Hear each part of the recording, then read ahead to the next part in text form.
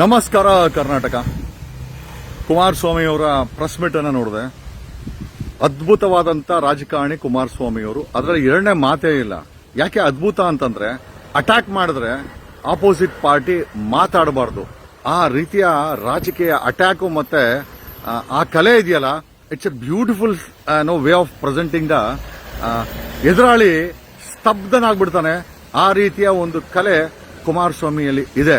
ಇದಕ್ಕೆ ನಮ್ಮ ಮೆಚ್ಚುಗೆ ಅಂತೂ ಖಂಡಿತ ಇದೆ. ನಾನು ಕಾಂಗ್ರೆಸ್ಸೂ ಅಲ್ಲ, ಬಿಜೆಪಿನೂ ಅಲ್ಲ, ಜೆಡಿಎಸ್ ಅಲ್ಲ.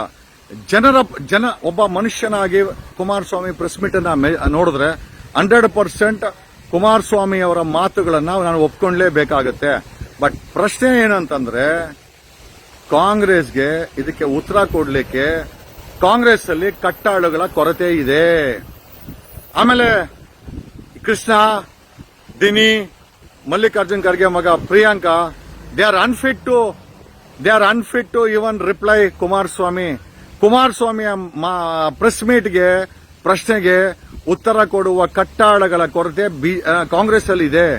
ಆಮೇಲೆ ರಿಗಾರ್ಡಿಂಗ್ ಸಿಎಂ ಮೇಲೆ ಆರೋಪ ಇರೋದ್ರಿಂದ ಹಾಗಾಗಿ ಸಿಎಂ ಇದಕ್ಕೆ ಉತ್ತರ ಕೊಡಕ್ಕಾಗಲ್ಲ. ಕಾಂಗ್ರೆಸ್ ರಾಜ್ಯದಲ್ಲಿರುವಂತ ಪ್ರಸ್ತುತದ ವ್ಯಕ್ತಿಗಳು ಇದಕ್ಕೆ ಉತ್ತರ ಕೊಡಬೇಕಾಗಿತ್ತು.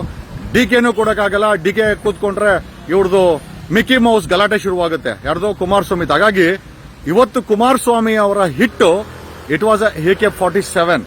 ಸೊ AK-47 ಇದ್ದಾಗ ಅದೇ ಸ್ಟ್ಯಾಂಡರ್ಡ್ ಅಲ್ಲಿ ಉತ್ತರವನ್ನ ಪ್ರಾಮಾಣಿಕವಾಗಿ ಕೊಡುವಂತ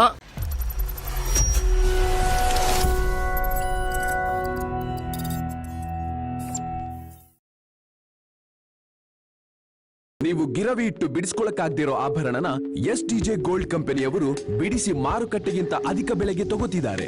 ಅಷ್ಟೇ ಅಲ್ಲ, ಒಂದು ಕೂಪನ್ ಕಾರ್ಡ್ ಕೂಡ ಕೊಡ್ತಾ ಇದ್ದಾರೆ.